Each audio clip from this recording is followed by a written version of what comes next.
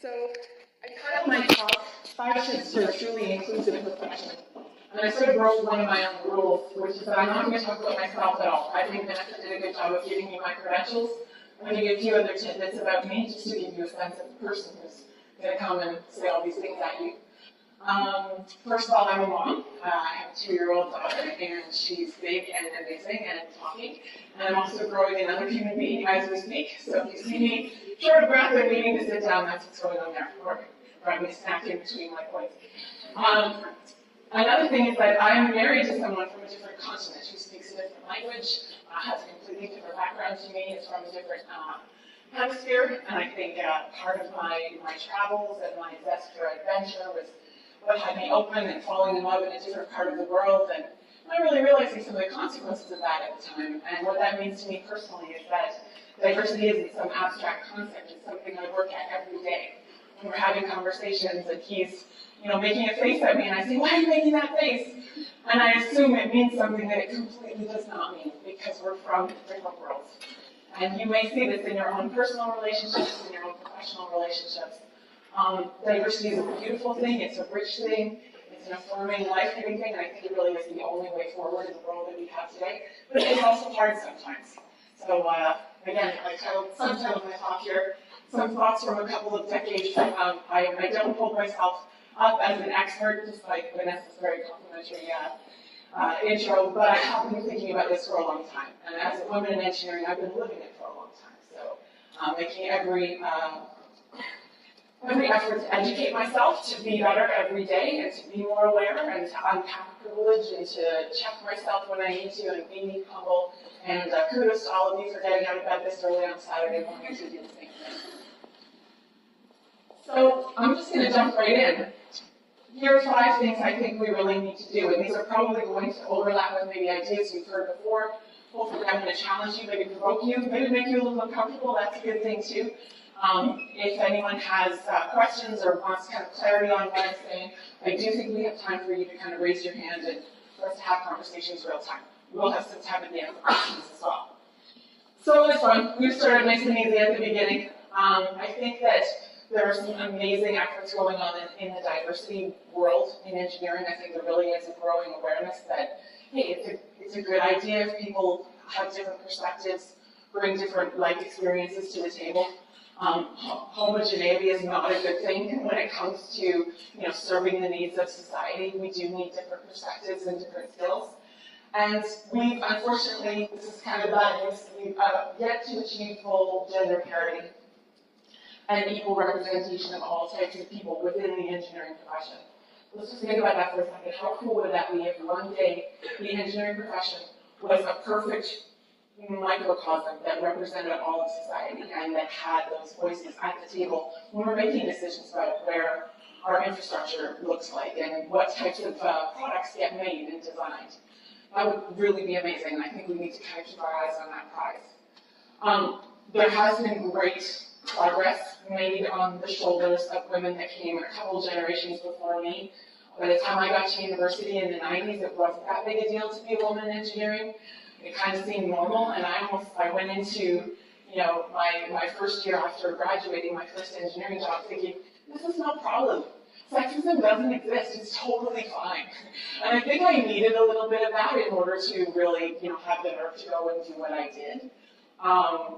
Spoiler alert, it is real, it is still out there, it looks a little different, and we definitely have an easier time, and you sitting in the audience as students right now, you, I hope, will have a smoother road than I did, and it'll just keep getting better and better. Too often now, we are seeing that it's the white, straight, cis, able-bodied women who have access to educational resources that are getting into engineering, and potentially we're not bringing along everyone else. So we're not getting the full benefit of diversity, which is that we do have that fuller, more well-rounded perspective and more kind of intersectional definition of diversity and inclusion in engineering, which I would say that's the point. We don't want people to mold themselves into the confined paradigms of a system that used to exclude them. We don't want people contorting themselves to fit into a system that's not designed for them. Break up those barriers and make a better system. So there we go, intersectionality. So, I don't know about you, but I get a little emotional sometimes when I think about diversity. It's not fair. It isn't fair. Why should I, as a woman, need to go out of my way to prove myself that I'm as smart as a man, that I deserve to be here, that I'm not just a diversity hire, I'm not here as part of a quota, but that I can do this. It's not fair. It can get me really choked up sometimes. Or I go the other way, and this is what I did when I was younger, just the facts. And I would be very cold, very clinical. I wouldn't chat with anyone. I didn't want anyone to think that I was that chatty girl. I had to, almost overcompensate and shut down certain parts of myself. I am naturally extroverted. I am very enthusiastic. And once I learned how to balance those things and to be more of myself, I actually became better at my job in engineering. So that's one failure mode, is to go just the facts, too cold, too clinical. And I think that that's a bit of a coping mechanism, right? Or we can get very emotional and mentally fatigued and think it's too hard, it's not fair, this is all crap, and it sucks, and you can be really angry at people. And I want to be the first to say that I have no problem with anger. I think as I get a little older, they say women get more radical as they get older. I think that actually could be true. I'm getting in touch with those things that aren't fair, and I'm calling them out more now than I did when I was younger. And I think that that's a good thing. So don't ever let anyone tell you that anger is a bad thing. But what I would wish for you, if you feel that anger, if you see something and you want to call it out, let it take you someplace productive. Let it give you the strength to say something and to draw a boundary and to make a conversation happen that needs to happen, rather than staying in a place where you're reacting and you're disempowered. So on one hand, we can be too cold and clinical. On the other hand, we can be too emotional and too reactive to actually be effective in making change. Well, I think there's a nice path right down the middle, where we acknowledge that emotional component of ourselves. We don't shut it down and say, can't be emotional, emotions are bad, facts are good. Who's kind of absorbed that paradigm a little bit? Emotions are bad? Yeah, that's natural. I think that that is something that we grow up with. I think it's got some, I'm not a gender studies major or anything like that, but it does have its roots, I think, in a bit of dismissiveness of the feminine side of things. But the business world is really catching up to this, and they recognize that emotional intelligence in leaders is extremely important. It's a balance for everything that you know technically. And when I was working in manufacturing, I put my hand up to get my Six Sigma black belt. So does anyone know what a Six Sigma black belt is, or Six Sigma? Yay, Six Sigma. So it's a problem-solving methodology that basically involves looking for something that's going wrong in your environment, and then analyzing it so much that you understand exactly where it's coming from, and you systematically put things in place to address the root causes of those issues.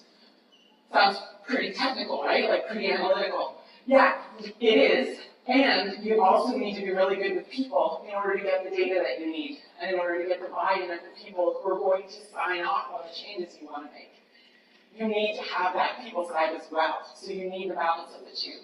So this for me was a great illustration of it's okay to be emotional, it's okay to be chatty, it's okay to have people skills.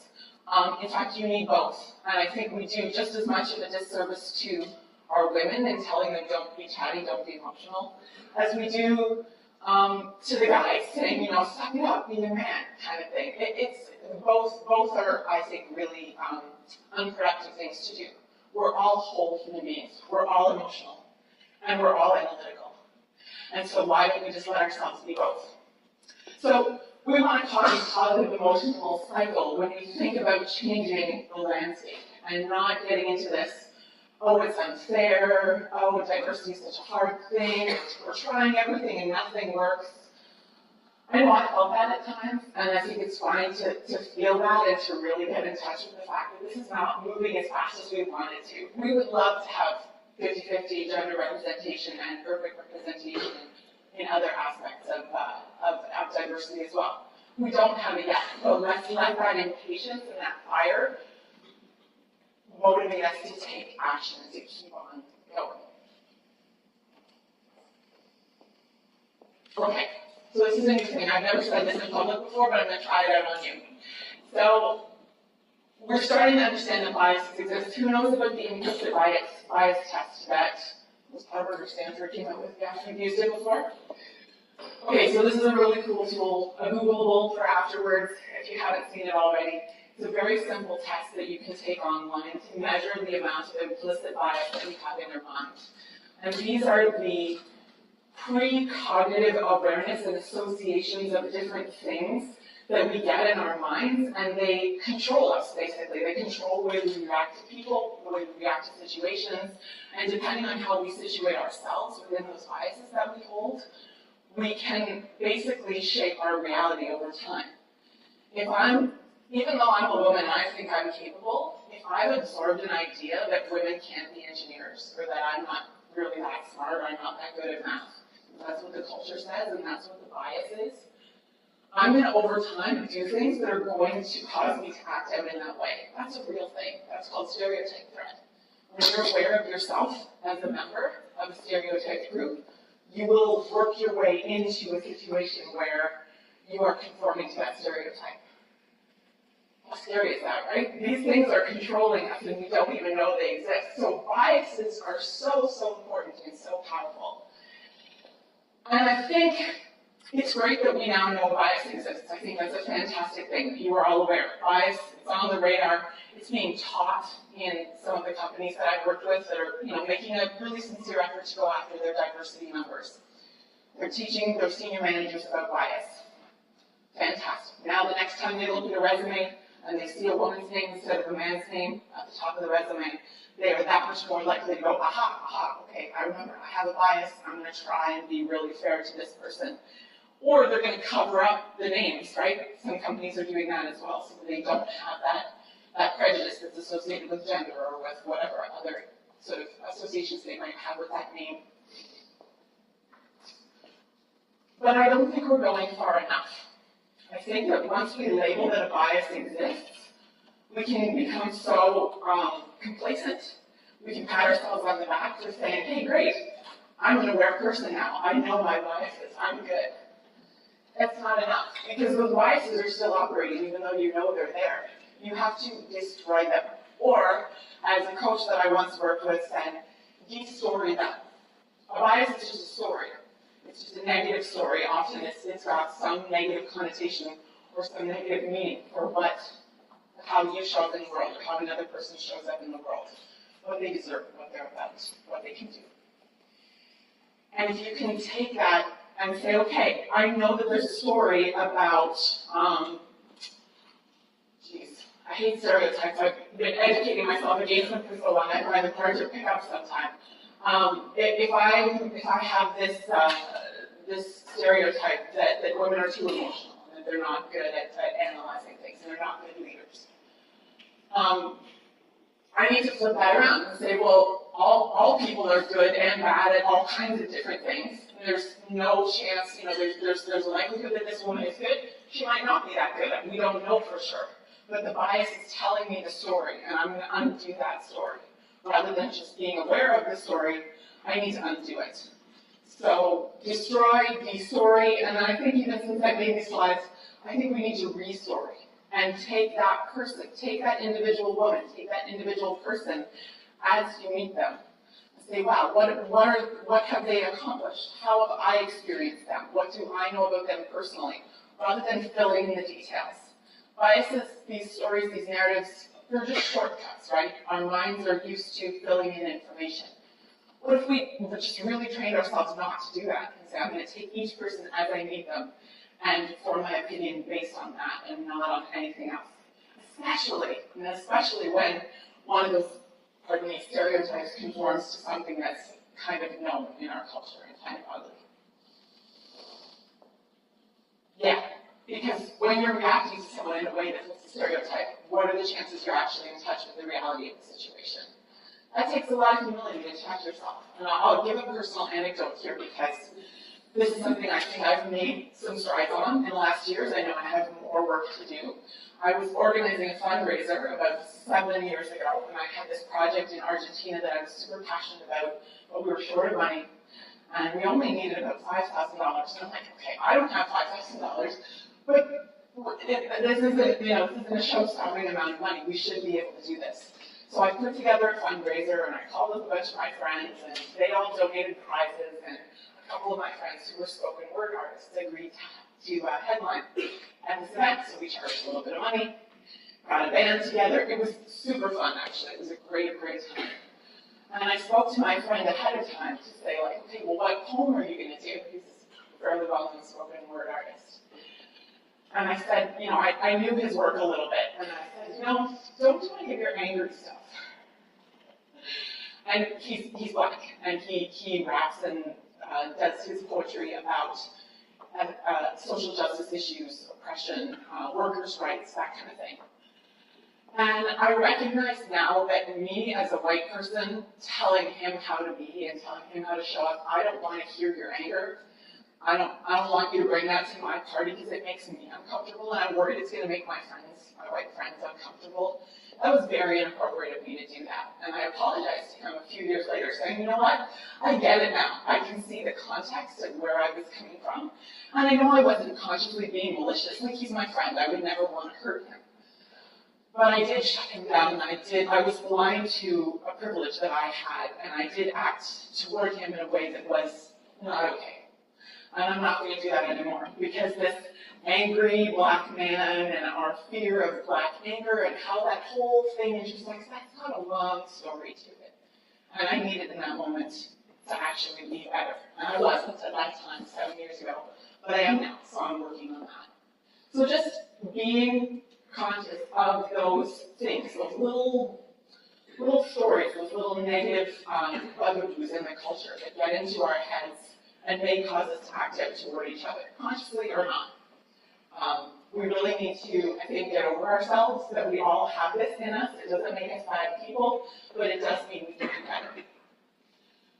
All right, so I think we talked about the bias, de-story and re-story, to say that my friend is a passionate artist, and he can express himself in many different ways, and he should be provoking people, and he should be making them think, and I'm 100% on board with that.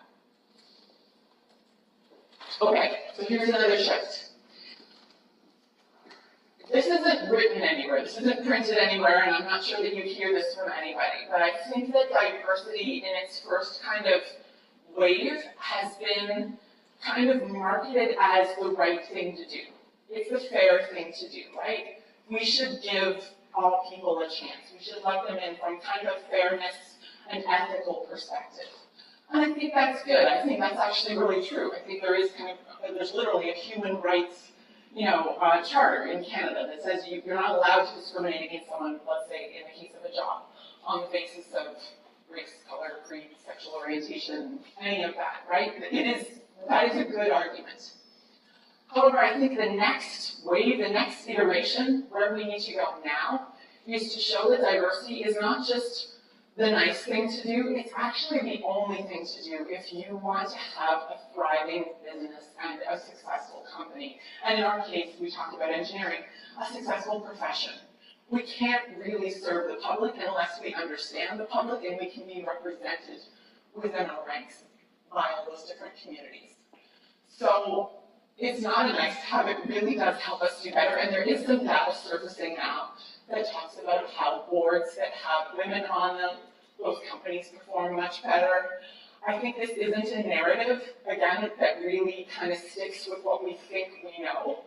It cuts against what we think we know, right? That, well, the people who are in charge, they're probably there for a reason, those white guys, they do know best. Like, we should let them, subconsciously, maybe we're kind of bought into that a little bit, right? Just a little bit. So what if we could say, yeah, it is going to take some time maybe to find the right people and for everything to even out and for us to get over those stereotype threat and the implicit biases and all those other things that have kind of kept us in check over the years. But when we do, oh man, are we ever going to be further ahead? Because we can bring the narrative of diversity and the true value of diversity to life. So here's my number one, here's a homework assignment number one. Should you choose to accept it? I would love for any of you that have examples of this that have happened in your lives, maybe in your classes, maybe in your co-op jobs. When have you worked with a team of people that were from completely different worlds? And that can mean any number of things, right? I personally, when I did my 6 Sigma projects, I had quality operators, I had mechanics, I had hourly workers, right, with different levels of education, training, all kinds of different skin tones, you know, any number of genders. Everybody was there at the table, and I needed everyone's input in order to solve the problem. So there was, you know, an example, I lived it, I didn't even mean to, but I had a great example at that moment of the power of cross-functional teams and how it didn't work. If you were missing someone from the supply chain, then how was I going to get in touch with the supplier to find out if we could verify the certain parameter on the parts that we were receiving, to take that out of the equation as one of the root causes of the problem we were solving. So do you have any examples like that? I would love to hear them, because I think that what we need to do is to create a database and a bank of stories. Is anyone a fan of Brene Brown? I've been listening to her lately, and she said, stories are just data with a soul. And I love this, because I love data, and I also love taking meaning and thinking about the conclusions of this and what this all means. So what if we had some examples of times when diversity wasn't just a nice to have, it was actually the key functioning factor in making something successful. I'm sure you have examples, and now that I've asked you to think about it, I hope you'll go away and look for this, because I think it's really important to have these stories. Okay, this is also a new thing. I've been kind of saying versions of this for a while, but this is, again, new, so thank you for letting me test it out on you. Oppression, discrimination, bias, all of those unfair things, it's not the weather. It's not beyond our control. When I was in first-year university, there was a series of sexual assaults on campus. And what did everyone in the campus police do? They put up posters and told women to be careful. And I was so mad. I didn't even know why I was mad. And I now understand why I was mad. Because you're saying that now it's my responsibility, that this is something we just accept. That there's a person around who is now controlling my ability to feel safe in my own campus, in my own home. No, this is, I mean, obviously, it's great to be careful. Everybody should be careful, just as a general thing. But I resented at the time, and I think I've learned to understand even more now why I was reacting the way I did. We're almost blaming the victims here, or we're kind of saying, oh, well, it's violent out. You better be careful. You know, like it's raining out, you better take an umbrella. Like, no! Let's turn off the rain, right? Let's not all carry around umbrellas, because it's costing me too much and my arm is tired. I've got better things to do with this arm than to hold up an umbrella and to walk around and be scared all the time. And by the way, I don't say this to invalidate anyone's experience. If you do feel scared and you want to have someone walk with you and you want to use different walk home services and other things that campuses have in place now, great. Not to invalidate that at all. I reacted from a different place. I didn't feel fear, I felt anger. And I think that over the years, I've learned to kind of channel that anger into, actually, let's change that story. This is the action of one person who does not represent my reality and the society in which I'm a victim. Let's actually get at the root causes, and that could be a whole other conversation about why certain people choose to do that to certain other people. That's a very long conversation. But I think my point here is that we can create new and better climates. We don't just need to accept that these biases are out there. It's not the weather. It is not a naturally occurring phenomenon. We created these biases with the systems that we have and with the narratives we all buy into, and we can undo them anytime we want to. So let's do it. So those are my 5 key shifts, and I think that there are so many great programs out there. There are outreach programs to talk to kids about engineering, and even talk to kids about gender and what it means to be a boy or to be a girl, that kind of thing. There are so many great things going on out there, and I think that my thoughts are meant to sort of function as an overall support or complement to everything that's going on out there. And Vanessa mentioned I'm involved with the Engineering Change Lab. How many have heard of the Change Lab? Yeah, okay, decent amount, that's pretty good. So CFES is actually a representative and a partner within the Engineering Change Lab. I think something that the Change Lab is going to get much better at doing in this next phase is involving people that are not necessarily in that room of 40 to 50 people in those workshops. And it has to, essentially. We want to cause systemic, collaborative breakthrough change, we need to involve people outside the room. So I'm going to just segue a little bit to tell you about the diversity initiative and what we've been thinking about. And so one of my sort of pet ideas about this, remember I was talking off the top about how we're very cold and we're clinical and we're just the facts. I like to change that up a little and add a little poetry, add a little bit of inspiration to the way that we think about change. So I wrote